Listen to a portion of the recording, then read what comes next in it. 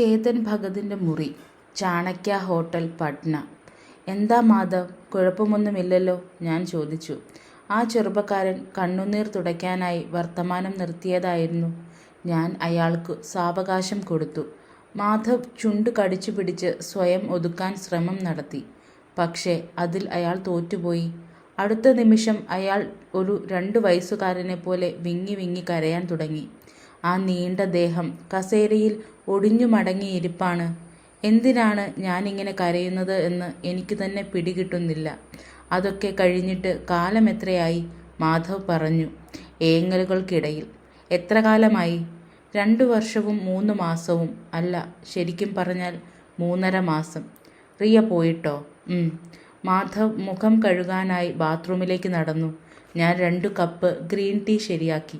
ഞങ്ങൾ ആദ്യത്തെ കപ്പ് ചായ കുടിച്ചു തീർത്തിട്ട് നേരം കുറച്ചായി.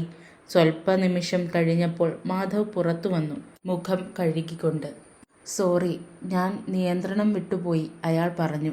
സാരമില്ല, ദാ ഈ ചായ കൂടി കുടിക്കൂ. ഞാൻ കപ്പ് മാധവിന് നേരെ നീട്ടി. അയാൾ ചൂടുള്ള ചായ ഒന്ന് സിപ്പ് ചെയ്തു. ഇതെന്തു ചായയാണ്? Green tea. പാലും പഞ്ചസാരയും ഒന്നുമില്ലേ? മാധവ് ചോദിച്ചു. ആ നോട്ടം കണ്ടാൽ ഞാനേതോ പച്ചക്കറി മാത്രം തിന്നുന്ന രാക്ഷസനാണെന്ന് തോന്നും. ഇതു ദേഹത്തിന് വളരെ നല്ലതാണ്, ഞാൻ പറഞ്ഞു. ഓഹോ, എന്തായാലും താങ്ക്സ്.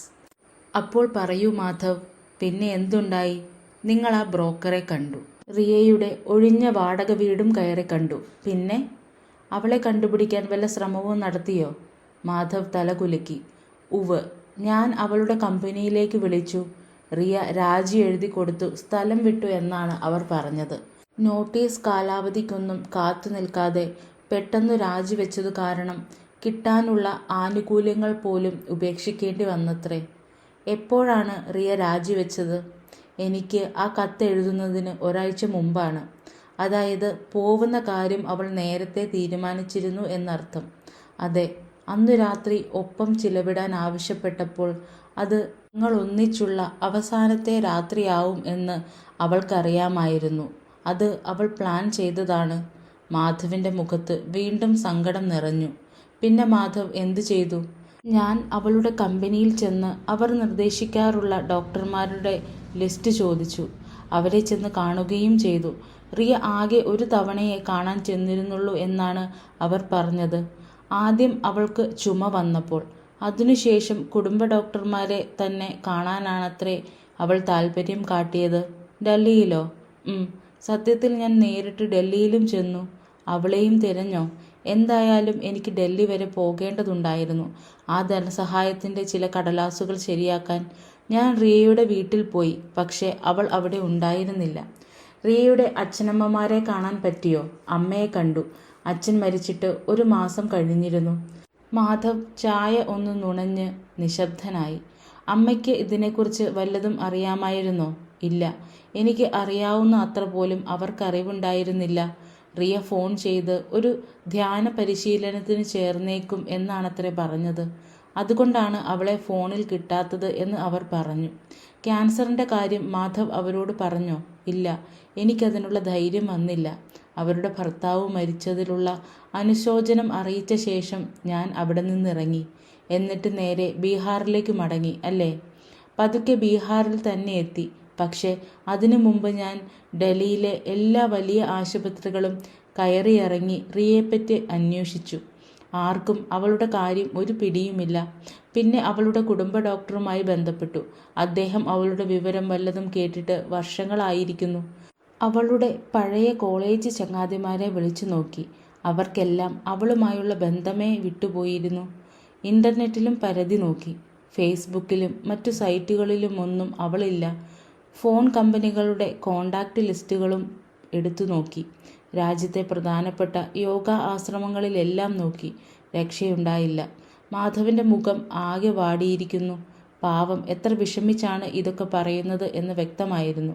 3 മാസം ഞാൻ നിർത്താതെ ശ്രമിച്ചു. ഈ ലോകത്തോട് വിട പറയുന്നതിന് മുമ്പ് ഒരു തവണയെങ്കിലും എന്നെ വിളിക്കും എന്നൊരു പ്രതീക്ഷയുണ്ടായിരുന്നു. പക്ഷേ അവൾ അങ്ങനെ ചെയ്തില്ല. മാധവ്, ഇപ്പോൾ സങ്കടമൊക്കെ അടങ്ങിയോ? അടങ്ങിയതായിരുന്നു. അപ്പോഴാണ് ഈ ഡയറി കുറിപ്പുകൾ പൊന്തി വന്നത്. കഴിഞ്ഞ 2 വർഷമായി എൻ്റെ ശ്രദ്ധ മുഴുവൻ സ്കൂൾ കാര്യങ്ങളിലായിരുന്നു.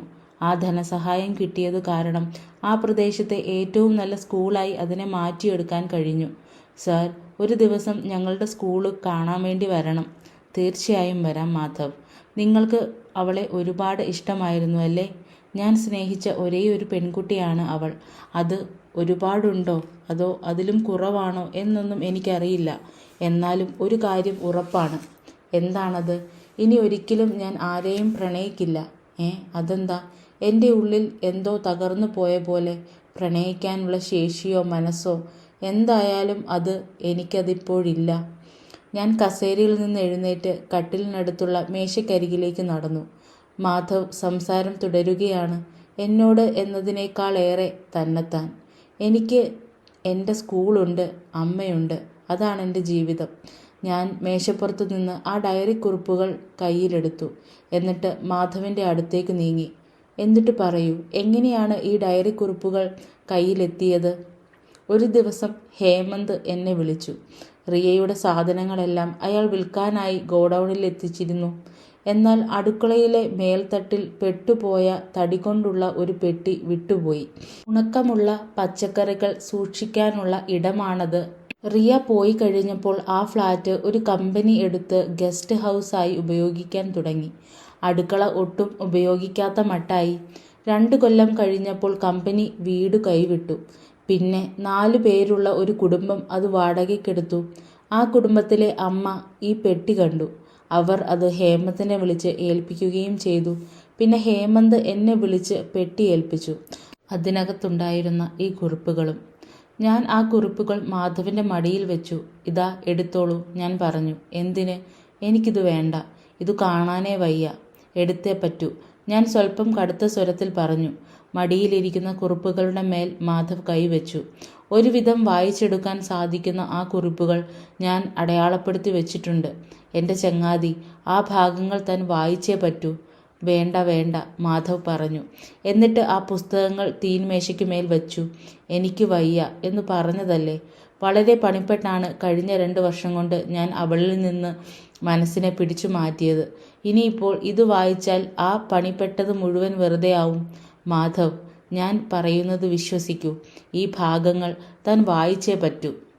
റിയയുടെ കുറിപ്പുകൾ. വായിക്കാവുന്ന കുറിപ്പ് 1. നവംബർ 1, 2002. ഈ ഡയറി എനിക്ക് ഞാൻ തന്നെ നൽകുന്ന ഒരു പിറന്നാൾ സമ്മാനമാണ്. ഇന്നെൻ്റെ 15ാമത്തെ പിറന്നാളാണ്. Happy birthday to me. പിറന്നാൾ ആഘോഷം എന്നൊക്കെ കേൾക്കുമ്പോൾ തന്നെ ഇപ്പോൾ വിചിത്രമായി തോന്നുന്നു. ഞാൻ അത്ര മുതിർന്ന ആളൊന്നും ആയിട്ടില്ല. അതേസമയം കൊച്ചുകുട്ടിയാണ് എന്ന തോന്നലും ഉള്ളിലില്ല. എല്ലാവരും ഡയറിയിൽ സ്വന്തം രഹസ്യങ്ങൾ എഴുതി വയ്ക്കും എന്നാണ് പറഞ്ഞു കേൾക്കുന്നത്. ഒരു രഹസ്യം ഞാനും എഴുതിയാലോ? ഞാൻ വല്ലാതെ നിശബ്ദയാണ് എന്നാണ് എല്ലാവരും പറയുന്നത്. മിണ്ടാപ്രാണി റിയ, രഹസ്യം നിറഞ്ഞ റിയ, നാണക്കാരി റിയ. അതിനൊന്നും ഞാൻ മറുപടി പറയാറില്ല. ഇത്ര മാത്രമേ എനിക്ക് പറയണം എന്ന് തോന്നാറുള്ളൂ. ഒരു പൂവ് വിടരും മുമ്പേ അതിനെ ഞെരിച്ചുടച്ചാൽ പിന്നെ അത് തെളിമയോടെ വിടരുമോ? ഒരു കൊച്ചുകുട്ടിയായിരുന്നപ്പോൾ ഞാൻ എങ്ങനെ ശാന്തയായിരുന്നില്ല. ഇങ്ങനെ ആയിത്തീർന്നതാണ്. എനിക്ക് വന്ന മാറ്റം അച്ഛനും മനസ്സിലായിട്ടുണ്ട്. ഞാൻ എല്ലാം ഓർത്തു വെച്ചിട്ടുണ്ട് എന്ന് അച്ഛനറിയാം. എന്നാലും ഒന്നും സംഭവിച്ചിട്ടില്ല എന്ന മട്ടിലാണ് നടപ്പ്. ഞാനും അങ്ങനെ തന്നെ. 3 വർഷമായി ആൾ എന്നെ സ്പർശിച്ചിട്ടില്ല. ധൈര്യമില്ലാഞ്ഞിട്ട് തന്നെ. എന്തുകൊണ്ടാണ് അമ്മയോട് കാര്യം പറയാതിരുന്നത് എന്ന് എനിക്ക് തന്നെ അറിയില്ല. ഒരു പക്ഷേ ആ സമയത്ത് അതൊക്കെ തെറ്റാണോ ശരിയാണോ എന്ന് പോലും ഞാൻ അറിഞ്ഞിരിക്കില്ല. അല്ലെങ്കിലും അമ്മയ്ക്ക് എന്ത് ചെയ്യാൻ പറ്റുമായിരുന്നു? അച്ഛൻ ഇന്ന് എനിക്കൊരു ഡയമണ്ട് നെക്ലേസ് തന്നു. ഞാൻ അത് തിരിച്ചു കൊടുത്തു. മൂപ്പരോട് സംസാരിക്കാൻ എനിക്ക് വിഷമമാണ്. ഇടയ്ക്കൊക്കെ അച്ഛൻ മിണ്ടാൻ ശ്രമം നടത്തും. പക്ഷെ ഞാൻ ഒഴിഞ്ഞു മാറും. ഞാൻ ഇപ്പോഴും മോൾ തന്നെയാണ് എന്നാണ് മൂപ്പർ പറയുന്നത്. ഈ ഡയറി എഴുത്ത് എനിക്കിഷ്ടമായി. മറ്റൊരു രീതിയിൽ പറയാൻ സാധിക്കാത്തത് പോലും ഇവിടെ പറയാം. എൻ്റെ ചേട്ടൻ ഒരു മണ്ടനാണ്. ചെറിയച്ഛൻ്റെയും വലിയച്ഛൻ്റെയും മക്കളും അങ്ങനെ തന്നെ. ലാളിച്ചു വഷളാക്കിയ പയ്യന്മാർ. ആൺകുട്ടികളായതുകൊണ്ട് ആരും അവരോട് എന്തു ചെയ്യണം എന്തു പറയണം എന്നൊന്നും പറയില്ല. ഇങ്ങനെ പക്ഷഭേദം കാട്ടുന്നതേ എനിക്ക് വെറുപ്പാണ്. അതെ, എല്ലാം കെട്ടഴിച്ചു വിടാൻ ഈ ഡയറിക്കുറിപ്പ് സഹായിക്കും. ഡയറിക്കുട്ട, ഗുഡ് നൈറ്റ്. വായിക്കാവുന്ന കുറിപ്പ് 2. ഡിസംബർ 15, 2005. എല്ലാം തീർന്നു. ഞങ്ങൾ പിരിഞ്ഞു. മാധവും ഞാനും തമ്മിൽ അങ്ങനെ കാര്യമായി ഒന്നും ഉണ്ടായിരുന്നത് എന്തായാലും അതിപ്പോൾ ഒടുങ്ങുകയും ചെയ്തു. അവൻ എന്നെ വല്ലാതെ ചീപ്പാക്കി കളഞ്ഞു. അതും തറ ബീഹാറി ഹിന്ദിയിൽ, വട്ടിളകിയതുപോലെ. ഇത് നേരത്തെ മനസ്സിലാക്കേണ്ടതായിരുന്നു. അല്ലെങ്കിലും എന്താണ് ഞാൻ കരുതിയത്? ശരിക്കും 1 വർഷം ഞാൻ അവൻ്റെ കൂടെ കറങ്ങി നടന്നു. എന്നെ ഉമ്മ വയ്ക്കാൻ സമ്മതിച്ചു. എൻ്റെ കൂട്ടുകാരികൾ പറഞ്ഞതായിരുന്നു ശരി. ഒരു വിവരം കെട്ട പൊട്ടനായിരുന്നു അവൻ. എനിക്ക് വട്ടുകയറിയ കാലമായിരിക്കണം അത്. അല്ലാതെ പിന്നെ അവനോടൊക്കെ മിണ്ടാൻ തന്നെ പോകാൻ എന്താണ് കാരണം? അവന് മറച്ചുവെക്കാൻ ഒന്നും ഉണ്ടായിരുന്നില്ല, അതാവാം കാരണം. എന്നാലും അവന് ഒരൊറ്റ ആവശ്യമേ ഉണ്ടായിരുന്നുള്ളൂ, എന്നോടൊപ്പം കിടക്കണം. ഇതു കേട്ടാൽ അറപ്പ് തോന്നും എന്നറിയാം. പക്ഷേ അതായിരുന്നു അവന് വേണ്ടത്. അത് ഒരാൾ പച്ച ഹിന്ദിയിൽ വെട്ടിത്തുറന്ന് പറയുന്നത് ഒന്ന് സങ്കല്പിച്ചു നോക്കൂ. ശരി മിസ്റ്റർ, ഞാൻ പോവുകയാണ്. ഇനി കൂട്ടിനില്ല. അങ്ങനെയൊക്കെ സംസാരിക്കാൻ എങ്ങനെ ധൈര്യം വന്നു? ആ ബാസ്കറ്റ്ബോൾ കോർട്ടിലിട്ട് അവൻ്റെ തല വെട്ടിപ്പൊളിക്കാനാണ് തോന്നിയത്. എനിക്ക് സമയം വേണം എന്ന് ഞാൻ അവനോട് പറഞ്ഞു. ധാരാളം സമയം. എന്തായാലും സമയം വെറുതെ കളയാൻ അവന് താല്പര്യമില്ലല്ലോ. കാരണം അവന് വേണ്ടത് സെക്സാണ്. പിന്നെ പണക്കാരി പെണ്ണിനെ വളച്ചൊടിച്ചു എന്ന് കൂട്ടുകാരോട് വീമ്പ് പറയാമല്ലോ. കടന്നു പോടാ എന്നാണ് ഈ പണക്കാരി പെണ്ണിന് പറയാനുള്ളത്. വായിക്കാവുന്ന കുറിപ്പ് 3. സെപ്റ്റംബർ 4, 2006. രോഹനോട് ഞാൻ പറഞ്ഞു. 1 മാസം മുമ്പ് ഈ ആലോചന വന്നപ്പോൾ ഇങ്ങനെ വിചിത്രമായ ഒരു സംഗതി കേട്ടിട്ടില്ല എന്നു ഞാൻ പറഞ്ഞത് നേരു തന്നെ. രോഹൻ ഭയ്യയും ഞാനും തമ്മിലോ? അമ്മയുടെ തലയിലെ ആണിക്കല്ലിളകിയോ? രോഹൻ എൻ്റെ രാഖി സഹോദരനല്ലേ? 19 പോലും തികയാത്ത കോളേജ് പെണ്ണാണ് ഞാൻ എന്ന കാര്യം അവിടെ നിൽക്കട്ടെ. എന്നാൽ ഇന്നു യെസ് എന്ന് ഞാൻ പറഞ്ഞു. സംഭവബഹുലമായ 1 മാസമായിരുന്നു ഇത്. ഒന്നാമതായി ലണ്ടനിൽ നിന്ന് ഓരോ ആഴ്ചയും വന്നെത്തിയ സമ്മാനങ്ങൾ. വില കൂടിയ ഹാൻഡ് ബാഗുകൾ, പെർഫ്യൂമുകൾ, വാച്ചുകൾ. എനിക്ക് മാത്രമല്ല രോഹൻ ഇതൊക്കെ അയച്ചത്, വീട്ടിലുള്ള എല്ലാവർക്കും. ഇത്രയും നല്ലൊരു ബന്ധം വേറെ കിട്ടില്ല എന്ന് എൻ്റെ അച്ഛനമ്മമാർക്ക് തോന്നി. രോഹൻ്റെ കുടുംബത്തിന് ഇഷ്ടം പോലെ കാശുള്ളത് കൊണ്ട് ഞാൻ ഇനിയും പഠിച്ചില്ലെങ്കിലും കുഴപ്പമില്ല എന്നാണ് അമ്മ പറഞ്ഞത്. എന്നിട്ട് ഞാൻ വഴങ്ങിയില്ല, ഇന്നലെ രാത്രി വരെ. ഇന്നലെ രോഹൻ ലണ്ടനിൽ നിന്ന് ഡൽഹിയിലേക്ക് വന്നു. വെറും 4 മണിക്കൂർ നേരത്തേക്കായിരുന്നു ആ വരവ്. എന്നെ കാണാൻ വേണ്ടി മാത്രം. ഞങ്ങളുടെ 2 പേരുടെയും മാതാപിതാക്കൾ ഇക്കാര്യം അറിഞ്ഞതേയില്ല. രോഹൻ ഇന്ത്യയിൽ സൂക്ഷിക്കുന്ന ബെൻലി കാറിൽ സെൻറ്റ് സ്റ്റീഫൻസിൽ വന്ന് എന്നെ കൂട്ടിക്കൊണ്ടു പോവുകയായിരുന്നു. നീണ്ട ഒരു ഡ്രൈവ്. യാത്രകൾ തനിക്ക് വലിയ ഇഷ്ടമാണെന്ന് രോഹൻ പറഞ്ഞിരുന്നു. അയാളുടെ യാത്രകളിലും ജീവിതത്തിലും ഞാൻ ഏറ്റവും നല്ല കൂട്ടുകാരിയായിരിക്കുമെന്നും. ഞാൻ വളരെ ചെറുപ്പമാണെന്നറിയാം, എന്നാലും പഠനം ലണ്ടനിൽ തുടരാമല്ലോ എന്നാണ് പറഞ്ഞത്. എനിക്ക് സംഗീതം പഠിക്കാൻ താല്പര്യമുണ്ട് എന്ന് രോഹൻ അമ്മയിൽ നിന്ന് മനസ്സിലാക്കിയിരുന്നു. ലണ്ടനിലെ മികച്ച മ്യൂസിക് സ്കൂളുകളിലെ ലിസ്റ്റുമായാണ് മൂപ്പർ അന്ന് വന്നത്. പിന്നീട് പാശ്ചാത്യ രീതിയിൽ മുട്ടിന്മേൽ നിന്ന് ഒരു ആഭരണക്കൂട് കയ്യിലെടുത്തു. വലിയൊരു 3 ക്യാരറ്റ് വജ്രം പതിച്ച മോതിരമായിരുന്നു അതിൽ. തീരുമാനം നിന്റേതാണ്, രോഹൻ പറഞ്ഞു. മോതിരം പെട്ടിയിൽ തന്നെ വെച്ച് രോഹൻ അതെൻ്റെ കയ്യിൽ തന്നു. അകത്തും പുറത്തും ഏറ്റവും വലിയ സുന്ദരിയായി കുട്ടിക്കാലം തൊട്ടേ ഞാൻ കണ്ടിട്ടുള്ള റിയ സൊമാനി, നീ എൻ്റെ ഭാര്യയാവുമോ? അപ്പോൾ എൻ്റെ പ്രിയ ഡയറി, ഒരു പെൺകുട്ടി എന്തു ചെയ്യണം? അന്നു രാത്രി ഞാൻ ആ നീലപ്പെട്ടിയിൽ നിന്ന് മോതിരം പുറത്തെടുത്ത് വിരലിലിട്ടു. എന്നിട്ട് അത് അമ്മയെ കാണിച്ചു. അമ്മ ഇപ്പോഴും രോഹൻ്റെ അമ്മയുമായി ഫോണിൽ സംസാരിക്കുകയാണ്. സന്തോഷം കൊണ്ട് കിറുക്ക് പിടിച്ചതുപോലെ, എന്നെ വെറുതെ ധൃതി പിടിപ്പിക്കുന്നത് പോലെ ഒരു തോന്നൽ. എന്നാലും ഇപ്രാവശ്യം അത് നല്ലൊരു കാര്യത്തിനാണെന്ന് മാത്രം. വായിക്കാവുന്ന കുറിപ്പ് 4. ഇത് ലണ്ടനിൽ നിന്നുള്ള പല കുറിപ്പുകൾ ചേർന്നതാണ്. 4 ഏപ്രിൽ 2007. ഞാൻ ലണ്ടനിൽ എത്തിയപ്പോൾ മ്യൂസിക് സ്കൂളുകളെല്ലാം അധ്യയന വർഷം പകുതി കടന്നു കഴിഞ്ഞിരുന്നു. സ്വതവേ തന്നെ അവയിൽ പ്രവേശനം കിട്ടാൻ ബുദ്ധിമുട്ടാണ് താനും. നല്ലവണ്ണം തയ്യാറെടുപ്പ് നടത്തി അപേക്ഷ നൽകി പ്രവേശന പരീക്ഷയ്ക്ക് ചേരണം. രോഹൻ്റെ അമ്മയുടെ കുറേ കൂട്ടുകാരികൾ ഇന്നു രാത്രി അത്താഴത്തിന് വരുന്നുണ്ട്. ഞാൻ അവരെ പരിചയപ്പെടണമെന്ന് അമ്മ പറഞ്ഞു. എന്നും രാത്രി ഇങ്ങനെ ആരെങ്കിലും പരിചയപ്പെടാനുണ്ടാവും. ഇക്കൂട്ടർ എത്രയേറെ ആളുകളുമായാണ് ഇടപെടുന്നത്. റോഹൻ സ്ഥലത്തില്ലാത്തതുകൊണ്ട് ഞാൻ വരുന്നില്ല എന്ന് പറഞ്ഞതാണ്. എന്നാൽ ഞാനും കൂട്ടത്തിൽ കൂടിയേ പറ്റൂ എന്ന് അമ്മായിയമ്മയ്ക്ക് നിർബന്ധം. അങ്ങനെ ഒരു പാർട്ടി കൂടി. ബോറടി തന്നെ. 10 ജൂലൈ 2007. റോഹൻ എപ്പോഴും യാത്രയിലാണ്. ദിവസങ്ങളോളം നീണ്ടു നിൽക്കുന്ന യാത്രകൾ. ഇപ്പോഴത്തെ യാത്ര 2 ആഴ്ചത്തേക്ക് കൂടി നീട്ടിയിരിക്കുന്നു. 2 ദിവസം ഞാനും കൂടെ കൂടിയതാണ്. അപ്പോൾ ഇസ്താംബുൾ നഗരമൊക്കെ ചുറ്റിക്കണ്ടു. പക്ഷേ റോഹൻ എപ്പോഴും മീറ്റിങ്ങിലായിരിക്കും. ഒറ്റയ്ക്ക് കറങ്ങി നടക്കുന്നത് കുറെ കഴിയുമ്പോൾ മടുക്കും. പോരെങ്കിൽ റോഹൻ്റെ അമ്മ എന്നെ തിരിച്ചു വിളിക്കുകയും ചെയ്യും. അവർ ഒരു പാർട്ടി നടത്തുവാൻ പോവുകയായിരുന്നു. പുത്തൻ മരുമകൾ സ്ഥലത്തില്ലാതെ പറ്റില്ല. സുന്ദരിക്കുട്ടി തന്നെ, അമ്മയുടെ ഒരു കൂട്ടുകാരി പറഞ്ഞു. ഇന്ത്യയിൽ നിന്നു തന്നെ പെൺകുട്ടിയെ കൊണ്ടുവന്നത് നന്നായി. പറഞ്ഞത് കേട്ട് നടന്നോളും വേറൊരാളുടെ കമൻറ്റ്. 6 സെപ്റ്റംബർ 2007. റോഹൻ ഇന്ന് കുടിച്ചു ലക്കുകെട്ടാണ് വന്നത്. എന്നെ അടിക്കാൻ ശ്രമിക്കുകയും ചെയ്തു. എന്താടി ഞാൻ വിളിച്ചിട്ട് ഫോൺ എടുക്കാത്തത്? റോഹൻ ഒച്ചയിട്ടു. ഞാൻ അപ്പോൾ മ്യൂസിക് ക്ലാസ്സിലായിരുന്നു. അക്കാര്യം അറിയിച്ചിരുന്നു താനും. അപ്പോൾ തന്നെ മെസ്സേജ് അയച്ചതാണ്. അർദ്ധരാത്രി ആയില്ലേ റോഹൻ? ഇത്രയൊക്കെ വൈകി എന്തു ബിസിനസ് മീറ്റിംഗ് ആണ്? നാവടക്കിടി പട്ടി. ജോലിയെക്കുറിച്ച് നിനക്കെന്തറിയാം? ഇങ്ങനെയൊന്നും എന്നോട് സംസാരിക്കരുത്. ഞാൻ പുറം തിരിഞ്ഞ് റോഹനിൽ നിന്ന് നടന്നു മാറി. അവിടെ നിൽക്കടി. ആദ്യം നിങ്ങൾ മര്യാദയ്ക്ക് സംസാരിക്കാൻ പഠിക്കൂ. അപ്പോൾ ഞാൻ അനങ്ങാതെ നിൽക്കാം. എനിക്ക് വെളിവ് കെട്ടിട്ടൊന്നുമില്ല. റോഹൻ്റെ നാവ് കുഴഞ്ഞു പോകുന്നുണ്ട്. ഞാൻ റോഹന് നേരെ തിരിഞ്ഞു നിന്നു. എന്നാൽ കേട്ടോളൂ, എനിക്ക് വയസ്സ് 20 ആയുള്ളൂ. കോളേജിൽ പഠിക്കുകയായിരുന്നു. കോളേജ് വിട്ടു പോന്നത് നിങ്ങളെ കല്യാണം കഴിക്കാനാണ്. നീ കോളേജ് വിട്ടത് രാജ്ഞിയെപ്പോലെ ജീവിക്കാനാണ്. റോഹൻ, ഞാൻ സമചിത്തത വീണ്ടെടുത്ത് ഒന്ന് നിർത്തി. ഇന്ത്യയിലും ഞാൻ നന്നായി തന്നെയാണ് ജീവിച്ചത്. പെണ്ണെ, 3 സഹോദരന്മാർ പങ്കിട്ട് നടത്തുന്ന സൊമാനി ഇൻഫ്രായും എൻ്റെ ബിസിനസ്സും തമ്മിലാണോ തട്ടിച്ചു പറയുന്നത്? ഞാൻ ഒന്നും താരതമ്യപ്പെടുത്തി പറഞ്ഞതല്ല. പൊന്നും തേടി വന്ന ഒരു പെണ്ണായി എന്നെ കാണാതിരുന്നാൽ മതി.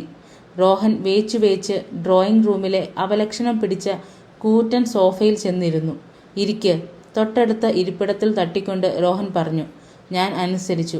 ഇന്ന് വീട്ടിൽ നിന്നിറങ്ങുമ്പോൾ നീ മര്യാദ വിട്ട് സംസാരിച്ചു എന്ന് അമ്മ പറഞ്ഞല്ലോ. ഞാൻ മര്യാദ വിട്ടിട്ട് ഒന്നും പറഞ്ഞില്ല. അപ്പോൾ അമ്മ നുണ പറഞ്ഞു എന്നാണോ? എനിക്ക് ക്ലാസ്സിൽ പോവാൻ നേരം വൈകിയിരുന്നു. സലോണിലേക്ക് കൂടെ ചെല്ലണമെന്ന് അമ്മ പറഞ്ഞു. നാളെ പോവാമെന്ന് ഞാനും പറഞ്ഞു. അങ്ങനെയൊന്നും അമ്മയോട് പറഞ്ഞേക്കരുത് ഒരിക്കലും. എനിക്ക് ക്ലാസ് ഉള്ളത് കൊണ്ടല്ലേ റോഹൻ. എന്ത് ക്ലാസ്? നീ അതിന് കോളേജിലൊന്നും ചേർന്നിട്ടില്ലാലോ. ശരിയാണ്, കോളേജിൽ അടുത്ത കൊല്ലമേ ചേരാൻ പറ്റൂ. ഇപ്പോൾ മ്യൂസിക്കിൻ്റെ പരിശീലന ക്ലാസ്സിലാണ് ചേർന്നിരിക്കുന്നത്. അവിടുത്തെ കോളേജിൽ അഡ്മിഷൻ കിട്ടാൻ എളുപ്പമല്ല. ഇതൊക്കെ നേരത്തെ പറഞ്ഞിട്ടുള്ളതാണല്ലോ. റോഹൻ വീടിനുള്ളിൽ ഒതുക്കിയ ബാറിലേക്ക് നടന്നു. എന്നിട്ട് ഒരു കുപ്പി കയ്യിലെടുത്തു. നിർത്തൂ. ഞാൻ കുപ്പി പിടിച്ചു വാങ്ങാൻ ശ്രമിച്ചു. ഇതെന്ത് നാശം, വിടടി. റോഹൻ ഒച്ചയിട്ടു. റോഹൻ എന്നെ ശക്തമായി തള്ളി. ഞാൻ ബാലൻസ് തെറ്റി നിലത്ത് വീണു. റോഹൻ എൻ്റെ ദേഹത്തിനു നേരെ കുനിഞ്ഞു. തുടരുതെന്നെ. ഞാൻ അയാളെ ഉന്തി മാറ്റി. വീടിനെക്കുറിച്ചും കോളേജിനെക്കുറിച്ചും ഓർത്ത് സങ്കടം വരുന്നു. വല്ലവരുടെയും അമ്മയോട് എങ്ങനെ സംസാരിക്കണം എന്ന് ആരും നിർദ്ദേശം നൽകാത്ത നാളുകളെക്കുറിച്ച് ഓർത്തു. Good night diary. നീ എന്തായാലും കല്യാണം കഴിക്കാത്തത് നന്നായി. 7 സെപ്റ്റംബർ 2007. റോഹൻ മാപ്പ് പറഞ്ഞു. ജോലിയുടെ ടെൻഷൻ കയറിയതാണത്രേ. റിയ, എനിക്ക് ഇനിയും ഏറെ ദൂരം മുന്നോട്ട് പോകാനുണ്ട്. ലോകത്തിലെ ഹോട്ടൽ രാജാക്കന്മാരുമായി തട്ടിച്ചു നോക്കിയാൽ ഞാൻ ആരുമല്ല. റോഹൻ, എന്തിനാ ഹോട്ടൽ രാജാവൊക്കെ ആകുന്നത്? ഞാൻ ചോദിച്ചു. പക്ഷേ റോഹൻ വിഷയം മാറ്റി. അമ്മയെക്കുറിച്ച് സംസാരിക്കാൻ തുടങ്ങി. ജീവിതത്തിൽ പലതും സഹിച്ച ആളാണ് അമ്മ. അച്ഛൻ അമ്മയെ ശരിക്കും നോക്കിയിട്ടേയുണ്ടായിരുന്നില്ല. എനിക്ക് അമ്മയുടെ ഒപ്പം നിന്നേ പറ്റൂ. തലയിലെ കെട്ടുവിടാഞ്ഞാൽ റോഹൻ സെൻറ്റിമെൻ്റലാവും. 14 ജനുവരി 2008. ഇന്ത്യൻ വേഷങ്ങളെ ധരിക്കാൻ പാടുള്ളൂ. കേട്ടാൽ വിശ്വസിക്കാൻ പറ്റുമോ? റോഹൻ്റെ അമ്മ എന്നോട് പറഞ്ഞതാണിത്. അമ്മയ്ക്ക് അതാണ് സന്തോഷമെങ്കിൽ അങ്ങനെ ചെയ്യ്. അല്ലെങ്കിലും അതുകൊണ്ട് എന്താ വ്യത്യാസം? റോഹൻ അങ്ങനെയാണ് പറഞ്ഞത്. ഒരു ഡസൻ ഷൂസിൽ നിന്ന് അന്നേക്കു വേണ്ടത് തിരഞ്ഞുകൊണ്ട്. അതെന്താ അങ്ങനെ? ഞാൻ ചോദിച്ചു. ഇന്ത്യൻ വേഷങ്ങൾ എനിക്ക് ഇഷ്ടമില്ലാഞ്ഞിട്ടല്ല. എന്നാലും ഞാൻ ഏതു തരം വേഷം ധരിക്കണം എന്നൊക്കെ പറയാൻ അവർക്കെന്താ കാര്യം? ഏറ്റവും നല്ല ഡിസൈനർ ഇന്ത്യൻ വസ്ത്രങ്ങൾ തന്നെ വാങ്ങിച്ചോ. ഹോട്ടലിൽ നിന്ന് ആളെ കൂടെ വിടണോ? നല്ല സ്ഥലത്ത് തന്നെ കൊണ്ടുപോകും. അതല്ല കാര്യം റോഹൻ, ഞാൻ പറഞ്ഞു. വെറുതെ കിണുങ്ങാതെ. മരുമകൾ എങ്ങനെയാവണം എന്നതിനെക്കുറിച്ച് അമ്മയുടെ കൂട്ടുകാർക്കെല്ലാം ചില പ്രതീക്ഷകളുണ്ട്.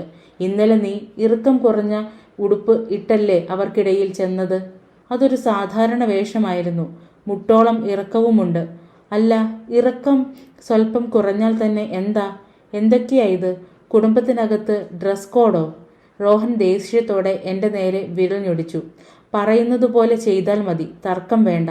ഇതായിരിക്കാം എല്ലാവരും പറയുന്ന ദാമ്പത്യ സുഖം. 18 മാർച്ച് 2008. എനിക്കൊരു തെറ്റുപറ്റി, മഹാ അബദ്ധം. ഇനി അത് നിഷേധിക്കാൻ പറ്റില്ല. റോഹനെ കല്യാണം കഴിച്ചത് വലിയ അബദ്ധമായിപ്പോയി. 11 ജൂൺ 2008. അമ്മയുടെ മുന്നിൽ വച്ച് അയാൾ എന്നെ അടിച്ചു 3 പ്രാവശ്യം. ആ സ്ത്രീ റോഹനെ തടയാൻ യാതൊരു ശ്രമവും നടത്തിയില്ല. അവർക്ക് അത് കണ്ട് രസം പിടിച്ചതുപോലെ തോന്നി. അയാൾ എൻ്റെ തലമുടിയിൽ പിടിച്ചു വലിക്കുക പോലും ചെയ്തു. വിശദാംശങ്ങൾ മുഴുവൻ പറയേണ്ട കാര്യമുണ്ടോ? വേണ്ടെന്ന് തോന്നുന്നു. അതുകൊണ്ട് എന്താ കാര്യം? കുടിച്ചു വെളിവില്ലാതായ ഭർത്താവ്, എന്തെങ്കിലും കുറ്റം കണ്ടുപിടിക്കുന്ന അമ്മായിയമ്മ. ഇപ്രാവശ്യം 5 തവണ വിളിച്ചിട്ടും ഞാൻ അമ്മയെ അവഗണിച്ചു എന്ന് തോന്നിയിട്ടാണ്. സത്യത്തിൽ എൻ്റെ മ്യൂസിക് ടേപ്പുകൾ കേൾക്കാൻ വേണ്ടി ചെവിയിൽ ഹെഡ്ഫോൺ വെച്ചിരിക്കുകയായിരുന്നു. ഞാൻ എത്ര വലിയ ഭാഗ്യവതിയാണ് എന്നതിനെക്കുറിച്ച് അമ്മയും മകനും ചേർന്ന് ഒരു പ്രഭാഷണം തന്നെ നടത്തി. എൻ്റെ അച്ഛനേക്കാൾ 20 ഇരട്ടിയെങ്കിലും വലിയ പണക്കാരനാണത്രേ റോഹൻ. നോക്കിയും കണ്ടുമൊക്കെ നിന്നില്ലെങ്കിൽ കാര്യം കുഴപ്പമാവുമത്രേ. അതൊക്കെ പോട്ടെ, ഇനിയുള്ളതാണ് ശരിയായ വാർത്ത. രാവിലെ 3 മണിക്ക് റോഹൻ്റെ ഫോൺ അടിച്ചു. അയാൾ നല്ല ഉറക്കമായിരുന്നു. ഉണർന്നതേയില്ല. ഫോൺ പിന്നെയും അടിച്ചു. വിളിച്ചുണർത്തിയാൽ ഇനിയും ശുണ്ഠിക്കു വരുമോ എന്നെനിക്ക് പേടി തോന്നി. രാത്രിയുടെ നിശബ്ദത ആസ്വദിച്ചു കൊണ്ടിരിക്കുകയായിരുന്നു ഞാൻ. അതുകൊണ്ട് കട്ടിലിനടുത്തുള്ള മേശയ്ക്കടുത്ത് ചെന്ന് ഫോൺ കയ്യിലെടുത്ത് സൈലൻ്റ് ആക്കി വെച്ചു. പിന്നെയും അതിൽ ശബ്ദം. വാട്സാപ്പ് മെസ്സേജ് ആണ്. ക്രിസ്റ്റീൻ എന്നു പേരുള്ള ആരോ. Miss your body honey. ഡാ, ഇന്നു രാത്രി നിന്നെ കയ്യിൽ കിട്ടിയിരുന്നെങ്കിൽ. ക്രിസ്റ്റീൻ അവളുടെ സ്വന്തം ബോഡിയുടെ ചിത്രങ്ങളും അയച്ചിട്ടുണ്ട്. ഞാൻ കിടക്കയിലേക്ക് മടങ്ങി. സങ്കടമൊന്നും തോന്നുന്നുണ്ടായിരുന്നില്ല. സത്യത്തിൽ തലയ്ക്കുള്ളിൽ ഭാരം കുറഞ്ഞതുപോലെയാണ് തോന്നിയത്. വിഷമം പിടിച്ച ഒരു തീരുമാനമാണ് എനിക്ക് എടുക്കേണ്ടിയുണ്ടായിരുന്നത്. ഇപ്പോൾ അത് എനിക്ക് വേണ്ടി താനെ എടുക്കപ്പെട്ടതുപോലെയായി. വായിക്കാവുന്ന കുറിപ്പ് 5. 13 ജൂൺ 2008. എൻ്റെ വിവാഹ ജീവിതം അവസാനിച്ചു. ആരോടും ഒന്നും പറയാതെ ഞാൻ ലണ്ടൻ വിട്ടു പോന്നു. നേരെ വീട്ടിലേക്ക്. ഇന്നു രാവിലെയാണ് ഡൽഹിയിൽ വന്നിറങ്ങിയത്. നടന്നതെല്ലാം അമ്മയോട് പറഞ്ഞപ്പോൾ അടുത്ത ഫ്ലൈറ്റിൽ തിരിച്ചു പോവണം എന്നായി അമ്മ. അച്ഛനെ വിളിക്കുകയും ചെയ്തു. ഇനി തിരിച്ചുപോക്കില്ല എന്നു തീരുമാനിച്ചു കഴിഞ്ഞതായി ഞാൻ അമ്മയോട് പറഞ്ഞു. അച്ഛൻ എന്തു തന്നെ പറഞ്ഞാലും. അവനെ കണ്ടപ്പോൾ ശരിക്കും മര്യാദക്കാരനാണെന്ന് തോന്നി. അത്താഴത്തിനിരിക്കുമ്പോൾ അച്ഛൻ പറഞ്ഞു, എൻ്റെ മുഖത്ത് നോക്കാതെ. ഞാൻ റോഹനെക്കുറിച്ച് വിശദമായി പറഞ്ഞു. എല്ലാം കീഴ്പ്പെടുത്തി സ്വന്തമാക്കാനാണ് റോഹൻ്റെ ഇഷ്ടം. അതൊരു ഹോട്ടലാവാം, സ്വന്തം ഭാര്യയാവാം. വേട്ടയാടുന്നതിൻ്റെ സുഖമാണ് അയാൾക്ക് വേണ്ടത്, വേട്ടയാടി കിട്ടുന്ന വസ്തുവല്ല. ഞാൻ അയാളോട് നോ എന്ന് പറഞ്ഞതാണ്. അപ്പോൾ എന്നെ സ്വന്തമാക്കിയേ പറ്റൂ എന്നായി. സ്വന്തമായി കഴിഞ്ഞപ്പോൾ പിന്നെ എന്നെ വേണ്ടാതാവുകയും ചെയ്തു. ചില കാര്യങ്ങളൊക്കെ ഞാൻ വിട്ടുകളഞ്ഞു. കുടിച്ച് ലക്കുകെടുമ്പോൾ റോഹൻ നിർബന്ധിച്ച് കീഴ്പ്പെടുത്താറുള്ള കാര്യം പറഞ്ഞില്ല. എന്നെ ഒരു പാഠം പഠിപ്പിക്കാൻ റോഹനോട് അമ്മായിയമ്മ പറയാറുള്ള കാര്യവും പറഞ്ഞില്ല. അതുപോലെ ക്രിസ്റ്റീനെക്കുറിച്ചും. റോഹനെ നിയന്ത്രിക്കുന്നത് മുഴുവൻ അമ്മയാണ്. അവർക്കാണെങ്കിൽ എന്നെ കണ്ണെടുത്താൽ കണ്ടുകൂടതാനും. അത്രയേ ഞാൻ പറഞ്ഞുള്ളൂ. പെണ്ണുങ്ങളായാൽ കണ്ടു കേട്ടുമൊക്കെ അഡ്ജസ്റ്റ് ചെയ്യണം മോളെ, അമ്മ പറഞ്ഞു. അഡ്ജസ്റ്റ് ചെയ്യുകയോ? അക്രമം കാട്ടുമ്പോൾ എന്ത് അഡ്ജസ്റ്റ് ചെയ്യാനാ? ഞാൻ ഇടതുകൈ ഉയർത്തി വീങ്ങി കെട്ടിയത് കാണിച്ചു കൊടുത്തു. റോഹൻ പിടിച്ചു തള്ളിയപ്പോൾ പൊട്ടലുണ്ടായതാണ്. ആളുകൾ എന്തു പറയും എന്നോർക്കുമ്പോഴാ. അമ്മ വീണ്ടും. നമുക്ക് കാത്തിരുന്ന് കാണാം. വായിക്കാവുന്ന കുറിപ്പ് 6. 17 ഫെബ്രുവരി 2009. ചിലപ്പോൾ തലയ്ക്ക് കിഴുക്ക് കിട്ടിയാലേ സ്വബോധം തിരിച്ചു കിട്ടൂ. ഇന്നെനിക്ക് കടുപ്പത്തിൽ ഒരു കിഴുക്ക് കിട്ടി. ഇന്നലെ എന്താണാവോ എനിക്ക് സംഭവിച്ചത്? മാധവിൻ്റെ ഹവേലിയുടെ മട്ടുപ്പാവിൽ വെച്ച് ഞാൻ അവനെ ചുംബിച്ചു. അതെ, യഥാർത്ഥ എൻ്റെ ഓർമ്മയിൽ നിന്നകറ്റി. ഞാൻ സ്വപ്നം കാണാൻ തുടങ്ങുകയും ചെയ്തു. എന്നിട്ട് ആ സ്വപ്നത്തിന് വന്ന തകർച്ച കണ്ടില്ലേ? എല്ലാം ശരിയായി എന്ന മണ്ടൻ ചിന്ത വേരുറയ്ക്കാൻ തുടങ്ങിയതേയുള്ളൂ. അപ്പോഴേക്കും റാണി സാഹിബ എൻ്റെ തലയ്ക്ക് വെളിവ് തിരിച്ചു നൽകി. ഇതിൻ്റെ ലക്ഷണങ്ങൾ നേരത്തെ കണ്ടതാണ്. ആ സ്വീകരണ മുറിയിൽ ഇരിക്കുമ്പോൾ കണ്ട അവരുടെ രസിക്കാത്ത നോട്ടങ്ങൾ എങ്ങനെ മറക്കും? അവരോട് ഉള്ളു തുറന്ന് സംസാരിച്ചത് എന്തൊരു മണ്ടത്തരം! അവർ മാധവിൻ്റെ അമ്മയായതുകൊണ്ട് മാത്രം എൻ്റെ ഭൂതകാലം സ്വീകരിക്കും എന്ന് കരുതിപ്പോയോ? മാധവ് ചെയ്തതുപോലെ അവർ ലിട്ടി ചോക്കയൊക്കെ തന്നു സൽക്കരിച്ചു എന്നത് ശരി തന്നെ. പക്ഷെ അതുകൊണ്ട് എന്നെ ഇഷ്ടമാണ് എന്നർത്ഥമില്ലല്ലോ. എൻ്റെ മോന് കോളേജിൽ വെച്ച് അടുപ്പമുണ്ടായിരുന്ന പെണ്ണ് നീയാണോ? സ്കൂൾ സ്റ്റാഫ് റൂമിൽ വെച്ച് അവർ ഇന്ന് ചോദിച്ചു. മാധവ് ക്ലാസ് എടുക്കാൻ പോയപ്പോൾ എനിക്ക് എന്തു പറയണം എന്നറിയില്ലായിരുന്നു. എന്നെക്കുറിച്ച് മാധവ് എന്താണ് പറഞ്ഞിരിക്കുന്നത് എന്നെനിക്കറിയില്ലല്ലോ. ഞങ്ങൾ നല്ല കൂട്ടുകാരായിരുന്നു ഞാൻ പറഞ്ഞു. ഇപ്പോഴോ? വെറും കൂട്ടുകാർ മാത്രം, അല്ലാതെ ഒന്നുമില്ല ആൻറ്റി. എൻ്റെ ശബ്ദത്തിൽ നേരിയ വിറ കലർന്നിരുന്നു. എൻ്റെ മോനെ എനിക്കറിയാം. അവൻ ഇനിയും നിന്നോട് അടുക്കും ആൻറ്റി. ഞങ്ങൾക്ക് പരസ്പരം ഇഷ്ടമാണ്. പക്ഷേ അവൻ്റെ ജീവിതത്തിൽ നിന്ന് ഒഴിഞ്ഞു പോകൂ. എടുത്തടിച്ച മട്ടിൽ അവർ പറഞ്ഞു. ആൻറ്റി പക്ഷേ അവർ എന്നെ തറപ്പിച്ചു നോക്കി. നീ കല്യാണം കഴിഞ്ഞ് ബന്ധം പിരിഞ്ഞതാണ്. വേറൊരാളെ കിട്ടാൻ ധൃതിയായി നടക്കുകയായിരിക്കും. എൻ്റെ മോനാണെങ്കിൽ കണ്ടാൽ സുന്ദരനാണ്, രാജകുമാരനാണ്. നിന്റെ മനസ്സിലിരിപ്പ് എനിക്ക് ഊഹിക്കാം. മനസ്സിലിരിപ്പോ? നിന്റെ തരക്കാർക്ക് ഇതൊക്കെ നിസാരമാണ്. ഒരാൾ ശരിയായില്ല, അപ്പോൾ പിന്നെ വേറൊരാളെ നോക്കാം. ഈ പറയുന്നത് മാധവിൻ്റെ അമ്മയല്ലായിരുന്നെങ്കിൽ ഞാൻ എടുത്തടിച്ച് മറുപടി പറഞ്ഞേനെ. ഞാൻ എങ്ങനെയോ സ്വയം നിയന്ത്രിച്ചു. എനിക്ക് ആരും ആവശ്യമില്ല ഞാൻ പറഞ്ഞു. എന്നാൽ അവനെ വിട്ടേക്ക്. നിനക്ക് പറ്റാത്ത ഇളം മനസ്സാ അവന്. ഞാൻ ഒന്നും പ്രതീക്ഷിക്കുന്നില്ല ഞാൻ പറഞ്ഞു. എൻ്റെ കണ്ണ് നിറഞ്ഞത് കണ്ട് അവർ ഒരു ടിഷ്യൂ പേപ്പർ നീട്ടി. അവൻ പ്രതീക്ഷിക്കുന്നുണ്ട്. റാണി സാഹിബ കൈകൾ കൂപ്പി. എനിക്ക് ആകെ അവനേയുള്ളൂ. നീ ഇവിടെ തങ്ങുകയാണെങ്കിൽ അവൻ ഇവിടുന്ന് അനങ്ങില്ല. ഡൽഹിയിൽ നീ വലിയ പണക്കാരിയാവാം. എന്നാലും ഡുംറാവിലെ രാജകുമാരന് ഭർത്താവ് ഉപേക്ഷിച്ച ഒരു മാർവാടി പെണ്ണ് പോരാ. സമൂഹത്തിൻ്റെ ആദരവിനുമുണ്ട് സ്വല്പം വില. ഞാൻ വേണ്ടത്ര ബഹുമാനിയല്ല എന്നു വേണം കരുതാൻ. ഞാൻ എന്തു ചെയ്യണം എന്നാണ്? മാധവിനെ കാണാതിരിക്കണോ? അതുമാത്രം പോരാ. അവൻ അപ്പോഴും നിന്റെ പിന്നാലെ വരും. എന്തോ മായാജാലം കാട്ടിയിരിക്കുകയല്ലേ? അതിനു മറുപടി പറയാൻ എനിക്ക് പറ്റിയതിനു മുൻപേ മാധവ് വന്നു. അവൻ എൻ്റെ കൈ പിടിച്ചു വലിച്ച് ക്ലാസ് മുറിയിലേക്ക് കൊണ്ടുപോയി.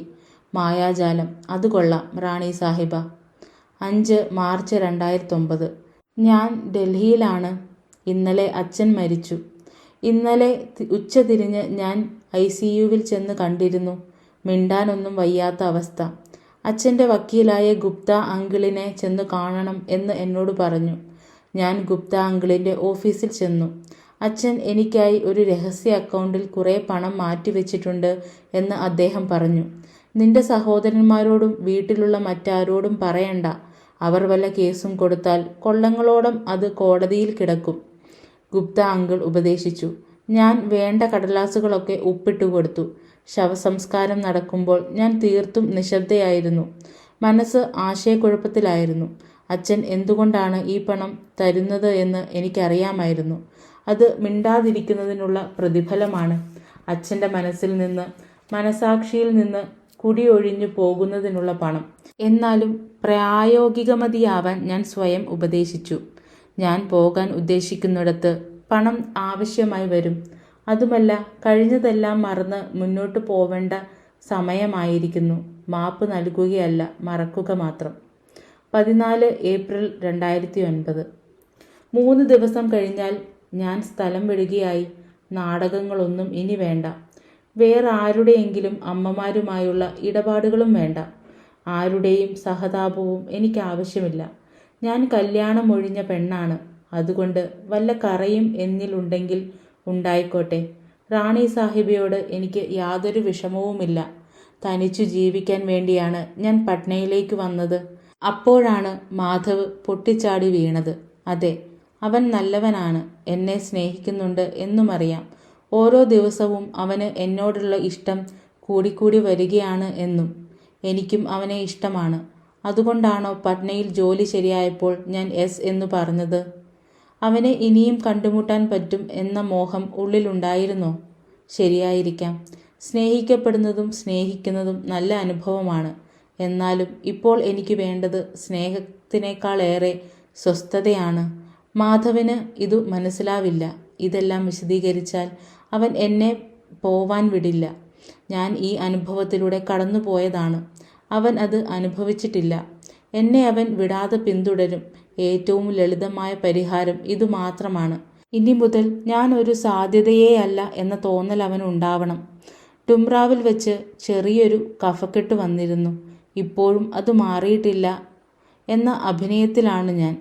അതുകൊണ്ട് ഞാൻ സ്ഥലം വിടുമ്പോൾ ആ കഥ കൂടുതൽ വിശ്വസനീയമാവും. ശരിയാണ്, ആ പാവത്തിൻ്റെ മനസ്സ് വിഷമിക്കും.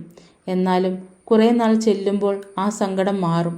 പിന്നെ എപ്പോഴെങ്കിലും ഇത്തരം ഭൂതകാല കഥകളും ഇരുണ്ട രഹസ്യങ്ങളുമില്ലാതെ ഒരു രാജകുമാരിയെ കല്യാണം കഴിച്ചോളും. ഇതെഴുതുമ്പോൾ എൻ്റെ കൈകൾ വിറയ്ക്കുന്നു. ഇല്ല, ശക്തി വിടരുത്. ഈ വിടവാങ്ങൽ കുറിപ്പ് ടൈപ്പ് ചെയ്ത് തീർത്തേ പറ്റൂ. എൻ്റെ രോഗം വെറും അഭിനയമാണ്. എൻ്റെ അവസാനത്തെ കത്തിലെങ്കിലും എൻ്റെ മനസ്സിൽ അവൻ്റെ സ്ഥാനം എന്താണെന്ന് സത്യസന്ധമായി പറയണമെന്നുണ്ട്. അവസാനത്തെ റിഹേഴ്സലിനായി അവൻ എൻ്റെ വീട്ടിൽ വരികയാണ്. ഇത് ഞങ്ങളൊന്നിച്ചുള്ള അവസാനത്തെ രാത്രിയാവും. ഇന്നിവിടെ തങ്ങാൻ അവനെ ക്ഷണിച്ചാൽ അത് തെറ്റാവുമോ? ചാണക്യ ഹോട്ടൽ, പട്ന. അവസാനത്തെ പേജ് വായിച്ചു തീർന്നതും മാധവ് അതിൽ തന്നെ തുറിച്ചു നോക്കിയിരിപ്പാണ്, മുഷ്ടിയും ചുരുട്ടിപ്പിടിച്ച്. എന്താണിത്? പൊട്ടിത്തെറിക്കും പോലെ ചോദിച്ച് അയാൾ തെല്ലുനേരം വായ് പൂട്ടിയിരുന്നു. പിന്നെ ഡയറിയിൽ നിന്ന് മുഖം എൻ്റെ നേരെ തിരിച്ചു. ചേതൻ സാർ, എന്താണിതൊക്കെ? നിങ്ങളുടെ കൂട്ടുകാരിയുടെ ഡയറി തന്നെ, മറന്നുപോയോ? മാധവ് ആ നോട്ട്ബുക്ക് വലിച്ചടച്ചു, വല്ലാത്തൊരു കിതപ്പോടെ. പിന്നെ ചിതറിക്കിടക്കുന്ന ഇടതൂർന്ന മുടിയിൽ വിരൽ കോർത്ത് മുഖം കൈത്തലങ്ങിൽ താങ്ങി ഒറ്റയിരിപ്പ്.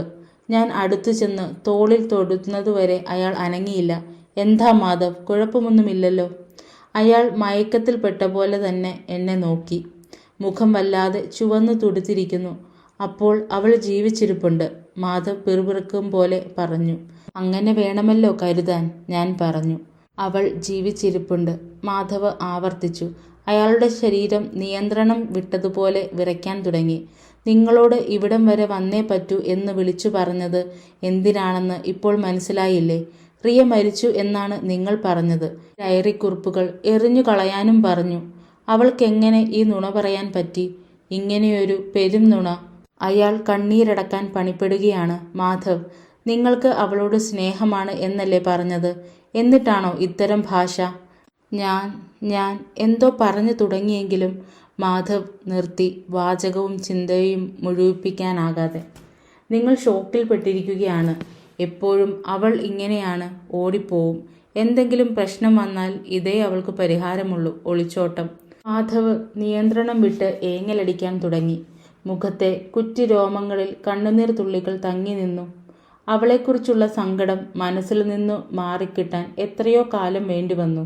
ഇപ്പോഴും അത് ശരിക്കും മാറിയിട്ടില്ല. അവൾക്കെങ്ങനെ എന്നോട്? അയാൾ തന്നെത്താൻ പിറുപിറുത്തുകൊണ്ടിരുന്നു. എന്തായാലും ഇപ്പോഴെങ്കിലും കാര്യം മനസ്സിലായല്ലോ, ഞാൻ പറഞ്ഞു. ഞാൻ മനസ്സിലാക്കരുത് എന്നായിരുന്നു അവളുടെ മോഹം. പിന്നെയും എന്നെ ഒഴിവാക്കാനായിരുന്നു ശ്രമം. അവൾ സ്വയം രക്ഷിക്കാൻ വേണ്ടിയാണ് ഇങ്ങനെ ചെയ്തത്. നിങ്ങളെയും. എന്നെ രക്ഷിക്കാനോ? ഇതുകൊണ്ട് എനിക്കെന്ത് രക്ഷ കിട്ടാനാണ്? നിങ്ങളുടെ ജീവിതത്തിൽ ഒരു ഭാരമായി മാറരുത് എന്നുണ്ടായിരുന്നു അവൾക്ക്. റിയ ഒരിക്കലും എൻ്റെ ജീവിതത്തിൽ ഭാരമാവില്ല. എൻ്റെ ജീവിതം തന്നെ അവളല്ലേ. ഒരു സാധാരണ കാര്യം പറയുന്ന മട്ടിൽ മാധവ് പറഞ്ഞു. ഞാൻ അയാളുടെ നേരെ ഒരു ടിഷ്യൂ പേപ്പർ നീട്ടി. കണ്ണ് തുടയ്ക്കുന്നതിന് പകരം അയാൾ അത് കയ്യിലിട്ട് ഞെരിച്ചതേയുള്ളൂ. റിയ ജീവിച്ചിരിപ്പുണ്ട് എന്നറിഞ്ഞതിൽ സന്തോഷം തോന്നുന്നില്ലേ? തോന്നേണ്ടതാണ്. പക്ഷേ ഇപ്പോൾ തോന്നുന്നത് ദേഷ്യമാണ്. എനിക്കത് മനസ്സിലാകും. 2 വർഷം അവളെക്കുറിച്ച് ആലോചിക്കാത്ത ഒറ്റ ദിവസം പോലും ഉണ്ടായിട്ടില്ല. മാധവ്, ഇനി എന്തു ചെയ്യാനാ പരിപാടി? അയാൾ എൻ്റെ ചോദ്യം അവഗണിച്ചതുപോലെ തോന്നി. അവൾ പോയപ്പോൾ എൻ്റെ മനസ്സാകെ ഇടിഞ്ഞുപോയി. ചികിത്സ വേണ്ടിവരും എന്നുപോലും തോന്നിയതാണ്. അയാൾ തന്നോട് തന്നെ എന്ന വണ്ണം പറഞ്ഞു. നിങ്ങൾ ധാരാളം അനുഭവിച്ചു ചേതൻ സാർ.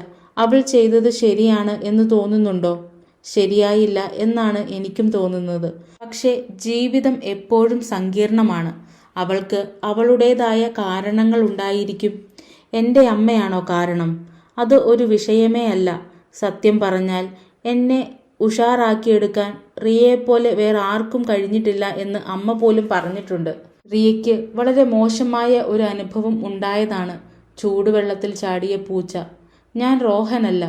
എപ്പോഴും സംഭവിക്കാറുള്ളതുപോലെ ഞാനിതാ വല്ലാത്ത ഒരു സാഹചര്യത്തിൽ വേണ്ടതിലധികം അകപ്പെട്ടു പോയിരിക്കുന്നു. ഒന്ന് വീട്ടിൽ എത്തി കിട്ടിയാൽ മതി. ഇനി എന്തു ചെയ്യണം എന്നൊക്കെ മാധവ് ഛാ തന്നെ തീരുമാനിക്കട്ടെ. മാധവ് ചിന്തയിൽ മുഴുകിയതുപോലുണ്ട്. ഞാൻ ബാഗിൽ സാധനങ്ങൾ എടുത്തു വയ്ക്കാനായി എഴുന്നേറ്റു. കുറച്ചു നേരം കൂടി ഇവിടെ ഇരുന്നോട്ടെ? മാധവ് ചോദിച്ചു. അതിനെന്താ? ഞാൻ പറഞ്ഞു. അയാൾ ഫോൺ ചെയ്യാനായി മുറിയുടെ മൂലയിലേക്ക് നടന്നു. ഞാൻ സൂട്ട് കേസിൻ്റെ സിപ്പ് വലിച്ചു പൂട്ടി. ഏതാനും നിമിഷം കഴിഞ്ഞപ്പോൾ അയാൾ വീണ്ടും അടുത്തെത്തി. ഞാൻ ഡൽഹിയിൽ അവളുടെ വീട്ടിലേക്ക് വിളിച്ചു. റിയയുടെ അമ്മ പറയുന്നത് അവളുടെ എന്തെങ്കിലും വിവരം കിട്ടിയിട്ട് വർഷങ്ങളായി എന്നാണ്. അതായത് അവൾ ശരിക്കും അപ്രത്യക്ഷയായിരിക്കുന്നു എന്നർത്ഥം, ഞാൻ പറഞ്ഞു. ഞാൻ ബാഗ് കിടക്കയിൽ നിന്ന് നിലത്തേക്ക് എടുത്തു വെച്ചു. എന്നിട്ട് പെട്ടി ഉരുട്ടാനുള്ള പിടി വലിച്ചു നീട്ടിവെച്ചു. I am sorry. ഇന്ന് ബോംബെയിലേക്ക് ഈ ഒരു ഫ്ലൈറ്റ് മാത്രമേ ഉള്ളൂ. ചെയ്തതൊക്കെ വലിയ ഉപകാരമായി. അതിന് ഞാനൊന്നും ചെയ്തില്ലല്ലോ. എയർപോർട്ടിലേക്ക് ഞാനും കൂടെ വരട്ടെ? ഞങ്ങൾ കാറിൽ ഒന്നും മിണ്ടാതിരുന്നു. 2 ട്രാഫിക് സിഗ്നലുകൾ കഴിഞ്ഞപ്പോഴാണ് മാധവ് വായ് തുറന്നത്. ഞാൻ അവളെ കണ്ടുപിടിക്കും. ശാന്തമെങ്കിലും ദൃഢമായ ശബ്ദത്തിൽ അയാൾ പറഞ്ഞു. ഞാൻ അയാൾക്കു നേരെ മുഖം തിരിച്ചു. കാര്യമായി പറയുകയാണോ? അതെ. അതിന് അവൾ എവിടെയായിരിക്കും എന്നറിയണ്ടേ? എനിക്ക് ഒരു ഊഹമുണ്ട്. എപ്പോഴും അവൾ ഉള്ളിലുള്ള ഒരു സ്വപ്നത്തെക്കുറിച്ച് പറയുമായിരുന്നു. ന്യൂയോർക്കിലെ ഒരു ചെറിയ ബാറിലെ പാട്ടുകാരിയാവണമെന്ന്. അതുകൊണ്ട് അവൾ ലോകവുമായുള്ള എല്ലാ ബന്ധവും ഉപേക്ഷിക്കുകയാണെങ്കിൽ സ്വന്തം സ്വപ്നത്തിൻ്റെ പിന്നാലെ പോകാനല്ലേ സാധ്യത? അതെങ്ങനെ ഉറപ്പിക്കാൻ പറ്റും? ന്യൂയോർക്കിലാണെങ്കിൽ തന്നെ എവിടെ? അതുമല്ല, അവൾ വേറെ വല്ല നഗരവും കണ്ടെത്തിയിട്ടുണ്ടെങ്കിലോ? വേറെ വല്ല കാര്യവുമാണ് ചെയ്യുന്നതെങ്കിലോ? ഞാൻ ചോദിച്ചു. അപ്പോൾ ഞാൻ തെരഞ്ഞു പോവേണ്ട എന്നാണോ പറയുന്നത്? ഞാൻ നടക്കാനിടയുള്ളത് നേരെ ചൊവ്വെ പറഞ്ഞു എന്നേ ഉള്ളൂ, നിരുത്സാഹപ്പെടുത്താനല്ല. തുടർന്നുള്ള കാർ യാത്രയിൽ 2 പേരും നിശബ്ദരായിരുന്നു. ഞങ്ങൾ ലോക് നായക് ജയപ്രകാശ് എയർപോർട്ടിൽ എത്തിച്ചേർന്നു. ബാഗ് ട്രോളിയിൽ എടുത്തു വയ്ക്കാൻ മാധവ് എന്നെ സഹായിച്ചു. ഇക്കാര്യത്തിൽ നിന്നും പിൻവലിയണം എന്ന് ഞാൻ സ്വയം പറഞ്ഞു. പക്ഷേ എനിക്കത് കഴിയുമായിരുന്നില്ല. ഇടയ്ക്ക് വിളിക്കണം, ഞാൻ പറഞ്ഞു. സെക്യൂരിറ്റി ഗാർഡ് എൻ്റെ ടിക്കറ്റും തിരിച്ചറിയൽ കാർഡും പരിശോധിക്കുമ്പോൾ. ശരി സർ. നിങ്ങൾ ശരിക്കും അവളെ തേടി കണ്ടുപിടിക്കാൻ പോവുകയാണോ? അതെ സർ. അവളെ ഒരിക്കലും കണ്ടെത്താൻ സാധിക്കാതെ കൂടുതൽ സങ്കടത്തിൽ പെട്ടേക്കാമെങ്കിലും? മാധവ് അതേ എന്ന് തലകുലുക്കി. എനിക്കത് വിടാൻ പറ്റില്ല സർ. ആ സ്വഭാവം എൻ്റെ രക്തത്തിലേ ഇല്ല. ചേതൻ ഭഗത് യാത്രയായപ്പോൾ ഞാൻ കുറച്ച് ദിവസം പട്നയിൽ തന്നെ തങ്ങി. റിയയുമായി ബന്ധപ്പെട്ട കഴിയുന്നത്ര ആളുകളെ ഞാൻ ചെന്ന് കണ്ടു. ആദ്യം ചെന്നത് അവളുടെ പഴയ ഓഫീസിലേക്കാണ്. അവർ രാജിവെച്ചു പോയി. പക്ഷെ പിന്നെയുള്ള പരിപാടികളൊന്നും പറഞ്ഞില്ല. നെസ്ലയിൽ റിയയുടെ സഹപ്രവർത്തകയായിരുന്ന മോഹിനി പറഞ്ഞു. റിയയ്ക്ക് അസുഖം വല്ലതും ഉണ്ടായിരുന്ന പോലെ തോന്നിയോ? അങ്ങനെയൊന്നുമില്ല, മോഹിനി പറഞ്ഞു. നെസ്ലെ ഓഫീസിലെ ഉദ്യോഗസ്ഥന്മാരുടെ യാത്രകൾ കൈകാര്യം ചെയ്തിരുന്ന ഈസ്റ്റ് ഇന്ത്യ ട്രാവൽസ് എന്ന ഏജൻസിയിലും ഞാൻ കയറി ചെന്നു. റിയ സൊമാനിയെ ഓർക്കുന്നുണ്ടോ? ഞാൻ ചോദിച്ചു. ആ സുന്ദരിയായ സ്ത്രീയല്ലേ? ട്രാവൽ ഏജൻസിയിലെ അജയ് എന്ന ചെറുപ്പക്കാരൻ പറഞ്ഞു. അതിസുന്ദരി, ഞാൻ അയാളെ തിരുത്തി. മാഡം ഈ ഏജൻസിയിൽ വന്നിരുന്നു. അവരുടെ അച്ഛന് രോഗം കൂടിയിരുന്നു. ഡൽഹിക്കും തിരിച്ചുമുള്ള യാത്രയ്ക്കായിരുന്നു അല്ലേ? അജയ് പറഞ്ഞു. അതെ. അതിനുശേഷം വല്ല യാത്രയും ഉണ്ടായോ? അജയ് തൻ്റെ കീബോർഡിൽ എന്തോ ടൈപ്പ് ചെയ്തു. എന്നിട്ട് തലയാട്ടി. എന്തെങ്കിലും ഉണ്ടോ? ശ്രമിച്ചു നോക്കുകയാണ്, അജയ് പറഞ്ഞു. പിന്നെ ഒരു നിമിഷം കഴിഞ്ഞപ്പോൾ അയാൾ വീണ്ടും വായ് തുറന്നു. ദാ ഒരു വിവരമുണ്ട്. അവർ ഡൽഹിക്ക് വേറൊരു ഫ്ലൈറ്റ് യാത്ര നടത്തിയിട്ടുണ്ട്. അങ്ങോട്ട് മാത്രം.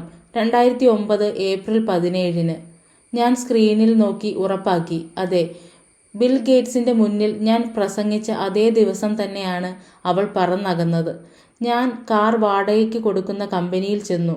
പക്ഷേ അവർ പഴയ രേഖകൾ സൂക്ഷിക്കാത്തതുകൊണ്ട് വിവരമൊന്നും കിട്ടിയില്ല. പിന്നെ ഞാൻ ചെന്നത് റിയയുടെ ശമ്പളം ക്രെഡിറ്റ് ചെയ്തിരുന്ന ബാങ്കിലാണ്. ബ്രാഞ്ച് മാനേജർ റോഷൻ ജോഷിയുമായി സംസാരിച്ചു. ഇടപാടുകാരുടെ വിവരമൊക്കെ രഹസ്യമാണ്, അദ്ദേഹം പറഞ്ഞു. റിയ സൊമാനി എവിടെയാണെന്ന് അറിയില്ല. ഞാൻ അവരെ കണ്ടുപിടിക്കാൻ ശ്രമിക്കുകയാണ്, ഞാൻ പറഞ്ഞു. അവരെ കാണാതായതാണോ? നിങ്ങൾ പോലീസിൽ പരാതിപ്പെട്ടിട്ടുണ്ടോ? പോലീസ് രേഖാമൂലമായി ആവശ്യപ്പെട്ടാൽ ഞങ്ങൾ അക്കൗണ്ടിന്റെ വിവരങ്ങൾ നൽകാം. അവർ സ്വന്തം ഇഷ്ടപ്രകാരം എങ്ങോട്ടോ പോയതാണ് സർ. ഒരാളുടെ ബാങ്ക് അക്കൗണ്ട് വിവരങ്ങൾ ഞാൻ എങ്ങനെയാണ് വെളിപ്പെടുത്തുക? എനിക്ക് ഇഷ്ടമില്ലാത്ത ഒരു കാര്യമാണ് പിന്നെ ചെയ്തത്.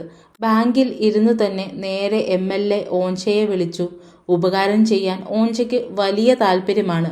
പിന്നീട് തരം കിട്ടുമ്പോൾ തിരിച്ചു വല്ല ഉപകാരവും നമ്മളോട് ആവശ്യപ്പെടാമല്ലോ. അയാൾ പട്ന സിറ്റി MLAയെ കൊണ്ട് റോഷനെ വിളിപ്പിച്ചു. 5 മിനിറ്റിനുള്ളിൽ റിയയുടെ അക്കൗണ്ടിന്റെ വിവരങ്ങൾ എനിക്ക് കിട്ടി. സോറി സർ, MLAയുടെ ആളാണെന്ന് അറിയില്ലായിരുന്നു, റോഷൻ പറഞ്ഞു. ഞാൻ അക്കൗണ്ട് സ്റ്റേറ്റ്മെന്റുകൾ പരിശോധിച്ചു. ഏപ്രിൽ 14-ന് അക്കൗണ്ടിലുള്ള മുഴുവൻ തുകയും റിയ പിൻവലിച്ചിരുന്നു. 3.5 ലക്ഷം രൂപ. ഈ ഇടപാടിന് നേരെ FX എന്നെഴുതിയിട്ടുണ്ട്. എന്താണ് ഈ FX? ഞാൻ ചോദിച്ചു. റോഷൻ സ്റ്റേറ്റ്മെന്റിൽ നോക്കി. അത് ഫോറിൻ എക്സ്ചേഞ്ച് ആക്കി മാറ്റിയതാണ്. അവർ പണമെടുത്തത് ഒരു വിദേശ രാജ്യത്തിന്റെ കറൻസിയിലാണ് എന്നർത്ഥം. ഏതു രാജ്യത്തിന്റെ കറൻസിയാണ്? US dollar. അമേരിക്കയിലേക്ക് യാത്ര ചെയ്യാനോ? ഞാൻ ചോദിച്ചു. ഉള്ളിൽ പ്രത്യാശയുടെ ഒരു നാളം തെളിയുകയാണ്. അത് ഞങ്ങൾക്കറിയില്ല. ഇന്ത്യക്കാർ ഏതു രാജ്യത്തേക്ക് യാത്ര ചെയ്യുമ്പോഴും സാധാരണ US ഡോളറാണ് എടുക്കുക പതിവ്. അത് അവിടെ ചെന്ന് മാറ്റിയാൽ മതിയല്ലോ. എന്തായാലും അവർ വിദേശത്തു പോയി എന്നുറപ്പിക്കാമല്ലോ അല്ലേ? അതിനാണ് സാധ്യത. ഞാൻ ബാങ്കിൽ നിന്നിറങ്ങി ഈസ്റ്റ് ഇന്ത്യ ട്രാവൽസിലെ അജയിനെ വിളിച്ചു. അജയ്, ഇത് മാധവ് ഝാ ആണ്. എനിക്ക് ഡൽഹിയിലേക്ക് ഒരു ഫ്ലൈറ്റ് ടിക്കറ്റ് ബുക്ക് ചെയ്തു തരണം പ്ലീസ്. ഭാഗ്യം ചെയ്ത കുട്ടി, സാമന്ത പറഞ്ഞു. അങ്ങനെയാണോ? ഞാൻ ചോദിച്ചു. പാവം 19-ാം വയസ്സിൽ കല്യാണം കഴിഞ്ഞു, 20-ാം വയസ്സിൽ ബന്ധം വേർപിരിഞ്ഞു. ഡൽഹിയിലെ ഇന്ത്യ ഹാബിറ്റാറ്റ് സെന്ററിലുള്ള അമേരിക്കൻ ഭക്ഷണശാലയിൽ ഇരിക്കുകയാണ് ഞാനും സാമന്തയും. റിയയുടെ കഥ മുഴുവൻ ഞാൻ വിവരിക്കുന്നത് സാമന്ത കേട്ടിരുന്നു, മുന്നിലെ ഓറഞ്ച് ജ്യൂസിൽ സ്ട്രോ ഇട്ട് വട്ടം കറക്കിക്കൊണ്ട്. അതൊക്കെ സങ്കടം തന്നെ. എന്നാലും നിങ്ങൾ ഇത്രയേറെ സ്നേഹിക്കുന്നത് അവളുടെ ഭാഗ്യമല്ലേ? ഞാൻ പുഞ്ചിരിച്ചു. മാധവ്, ഇങ്ങനെ പ്രണയിക്കുന്ന ഒരാളെ സ്വന്തമാക്കാൻ മിക്ക പെൺകുട്ടികളും കൊലപാതകം ചെയ്യാൻ പോലും മടിക്കില്ല. ഞാനാണെങ്കിൽ ചെയ്തേനെ. താങ്ക്സ്, ഞാൻ പറഞ്ഞു. സാമന്ത ഒരു ദീർഘശ്വാസം പുറത്തുവിട്ടു. വെയിറ്റർ ഞങ്ങളുടെ ആഹാരവുമായി എത്തി. ചിക്കൻ ബർഗറും വലിയൊരു പ്ലേറ്റ് ഫ്രഞ്ച് ഫ്രൈസും. അതിരിക്കട്ടെ, എന്തു സഹായമാണ് എനിക്ക് ചെയ്യാൻ പറ്റുക? സാമന്ത ഫ്രഞ്ച് ഫ്രൈ ഒരെണ്ണം കയ്യിലെടുത്തുകൊണ്ട് ചോദിച്ചു. എനിക്ക് റിയയെ കണ്ടെത്തിയേ തീരൂ. അവൾ എവിടെയാണെന്ന് ആർക്കും ഒരറിവുമില്ല താനും. അന്വേഷണം തുടങ്ങാൻ ഇതുപോരല്ലോ. എന്തെങ്കിലും സൂചനയുണ്ടോ? എനിക്കൊരു ഊഹം മനസ്സിലുണ്ട്. ഉൾവിളി വല്ലതുമാണോ? ഒരു ഊഹം, ശരിക്കും കണക്ക് കൂട്ടിയുള്ള ഊഹം. അവൾ ന്യൂയോർക്കിലാവാനാണ് സാധ്യത. ഹയ്യടാ, അതെന്റെ നഗരമാണല്ലോ. എനിക്ക് ഉറപ്പു പറയാൻ വയ്യ. ആദ്യം അവൾ US-ലാണ് എന്ന് ഉറപ്പാക്കണം. അതെങ്ങനെ പറ്റും? US കൗൺസിലേറ്റ് വഴി. അവർ റിയ സൊമാനിക്ക് വീസ നൽകിയിട്ടുണ്ടോ എന്നറിയണം. സാമന്തയ്ക്ക് ബന്ധപ്പെടാൻ പറ്റിയ ആരെങ്കിലും അവിടെയുണ്ടോ? ഡൽഹിയിലുള്ള അമേരിക്കൻ സുഹൃത്തുക്കൾ വഴി. ആളൊക്കെയുണ്ട്, പക്ഷെ അത്തരം വിവരങ്ങളൊക്കെ രഹസ്യമായി സൂക്ഷിക്കുന്നതാണ്. വിശദാംശങ്ങളൊന്നും എനിക്ക് ആവശ്യമില്ല. അവക്ക് വീസ നൽകിയിട്ടുണ്ടോ എന്നറിഞ്ഞാൽ മാത്രം മതി. ഉണ്ടെങ്കിൽ എന്നാണ് എന്നും. അതിത്തിരി വിഷമമാണ്. അതുകൊണ്ടല്ലേ ഞാൻ സാമന്തയുടെ സഹായം തേടി വന്നത്. സാമന്ത ഫ്രഞ്ച് ഫ്രൈ ഓരോന്നായി തിന്നുകൊണ്ട് ആലോചനയിൽ മുഴുകി. പിന്നെ ഫോൺ എടുത്ത് കോണ്ടാക്ട് ലിസ്റ്റിൽ പരതി. US കൗൺസിലേറ്റർ ആഞ്ചലയുണ്ട്. ചിലപ്പോൾ ഞങ്ങൾ കൂടാറുള്ളതാണ്. ഉറപ്പൊന്നും പറയാൻ പറ്റില്ല കേട്ടോ. അതു സാരമില്ല, കഴിയുന്ന ശ്രമം നടത്താം. ബീഹാറിലെ ഏറ്റവും മികച്ച ഗ്രാമീണ സ്കൂൾ. സൂപ്പർ ന്യൂസ് തന്നെ മാധവ്. മുഖ്യമന്ത്രി അങ്ങനെ പറഞ്ഞതായി രേഖ വല്ലതും കാണിക്കുന്നുണ്ടോ? ഗേറ്റ്സ് ഫൗണ്ടേഷന്റെ ഇന്ത്യയിലെ തലവൻ മൈക്കേൽ യങ് ചോദിച്ചു. മൈക്കേലിന്റെ തെളിച്ചമുള്ള ഓഫീസിൽ ഇരിക്കുകയായിരുന്നു ഞാൻ. പുറത്ത് ലോധി റോഡിലെ വൃക്ഷങ്ങളുടെ മനോഹര ദൃശ്യം. കഴിഞ്ഞ 2 വർഷത്തിനിടയ്ക്ക് മൈക്കിളുമായി ഞാൻ പലതവണ ബന്ധപ്പെട്ടിട്ടുണ്ട്. അദ്ദേഹത്തിനു വേണ്ടി സ്കൂളിലെത്തുന്ന പ്രതിനിധി സംഘങ്ങളെ സ്വീകരിച്ചിട്ടുമുണ്ട്. പത്രവാർത്തകളുണ്ട്. അവയിൽ ചിലത് സ്കാൻ ചെയ്ത് അയച്ചു തരാം. ഞാൻ പറഞ്ഞു. അതുമതി, ഗംഭീരം. ന്യൂയോർക്കിലെ മേലധികാരികൾക്കിടയിൽ ഈ നിസാരമായ എനിക്കും കിട്ടും കുറച്ചു ഗമ. മൈക്കിൾ കണ്ണിറുക്കി. അമേരിക്കക്കാർക്ക് ലോകത്ത് അവർക്കുള്ള ഏറ്റവും വലിയ കൂട്ടുകാരൻ നമ്മളാണ് എന്ന് തോന്നിപ്പിക്കാൻ പ്രത്യേക മിടുക്കാണ്. മൈക്കിൾ, എനിക്കൊരു സഹായം വേണം. ഞാൻ പറഞ്ഞു. എന്തായാലും പറയൂ. കുറച്ചു കാലം എനിക്ക് ന്യൂയോർക്കിൽ കഴിയേണ്ട ആവശ്യമുണ്ട്. ഫൗണ്ടേഷന് വല്ല ജോലിയോ പരിശീലനമോ മറ്റോ ശരിയാക്കി തരാൻ പറ്റുമോ കുറച്ചു മാസത്തേക്ക്? മൈക്കിൾ പുരികമുയർത്തി. ശരിക്കും? അതെ. എന്തായാലും എനിക്ക് പോയേ പറ്റൂ. അവിടെ നിൽപ്പുറപ്പിക്കാൻ ഒരിടവും കഴിച്ചുകൂട്ടാൻ ഒരു വരുമാനവും ശരിയായാൽ വലിയ ഉപകാരമാകും. ബീഹാറിൽ നിന്ന് നേരെ ന്യൂയോർക്കിലേക്ക്. എന്താ, വല്ല കുഴപ്പവുമാണോ? സ്കൂളിന്റെ കാര്യത്തിൽ മാധവന് വലിയ താല്പര്യമുണ്ടായിരുന്നല്ലോ. അതിനൊന്നും യാതൊരു കുറവുമില്ല. ന്യൂയോർക്കിൽ ഒരാളെ കണ്ടുപിടിക്കണം, അത്രയേ ഉള്ളൂ. അവിടെ പരിശീലനത്തിന് അവസരം കിട്ടിയാൽ അത് നല്ലൊരു അനുഭവമായിരിക്കുകയും ചെയ്യും. മൈക്കിൾ കീഴ്ചുണ്ട് പിടിച്ചു വലിച്ചുകൊണ്ടിരുന്നു. ശരി, ഞാൻ US-ലുള്ള ചിലരുമായി ബന്ധപ്പെടുത്തി തരാം. ശുപാർശയും പറയാം. Thanks Michael. ഞാൻ അദ്ദേഹത്തിന്റെ കൈ പിടിച്ചു കുലുക്കി. ആ റിപ്പോർട്ട് സ്കാൻ ചെയ്ത് അയക്കാൻ മറക്കരുതേ, മൈക്കിൾ പറഞ്ഞു. മാധവ്, എന്തൊക്കെയാ താൻ എന്നെക്കൊണ്ട് ചെയ്യിക്കുന്നത്? സാമന്ത പറഞ്ഞു. എന്നിട്ട് ഒരു കടലാസ് നീട്ടി. അതിരാവിലെയാണ്. അവരുടെ ഓഫീസിനടുത്ത് ലോധി ഗാർഡനിൽ. ചുറുചുറുക്കുള്ള പ്രഭാത നടത്തക്കാർ ഞങ്ങളെ കടന്നു പോയിക്കൊണ്ടിരുന്നു. ഞാൻ ആ കടലാസിൽ നോക്കി. അത് ഒരു US വീസയുടെ കോപ്പിയായിരുന്നു. റിയ വീസയ്ക്ക് അപേക്ഷിച്ചു. കൗൺസലേറ്റ് അത് നൽകുകയും ചെയ്തു ഏപ്രിൽ 5-ന്. താങ്ക്സ് സാമന്ത. ചങ്ങാതി, ഇതാരെങ്കിലും അറിഞ്ഞാൽ ഞാൻ കുഴപ്പത്തിലാവും. ഞാൻ എന്നും ഇതിന് കടപ്പെട്ടിരിക്കും. ഞാൻ പറഞ്ഞു. സാമന്തയുടെ ചാരനിറത്തിലുള്ള കണ്ണുകൾ കൊണ്ട് എന്നെ നോക്കി. ഇല്ല, കടപ്പാടായൊന്നും കരുതണ്ട. ഇതുകൊണ്ട് പ്രയോജനമുണ്ടായാൽ മതി. എന്റെ ഊഹം ശരിയായേക്കാം എന്നാണ് ഇത് കാണിക്കുന്നത്. പക്ഷെ അമേരിക്കയിലെ ഏതു നഗരമാണ് എന്നൊന്നും ഇതിൽ പറയുന്നില്ല. റിയ ശരിക്കും പോയോ എന്ന് പോലും പറയാൻ പറ്റില്ല. ന്യൂയോർക്ക്. അവിടെ പോവണം എന്നായിരുന്നു എപ്പോഴും അവളുടെ മോഹം. ഓഹോ, അപ്പോൾ താൻ അവിടെ പരിശീലനത്തിന് അപേക്ഷിച്ചിട്ടുണ്ട് എന്ന് മൈക്കിൾ പറഞ്ഞത് വെറുതെ അല്ല.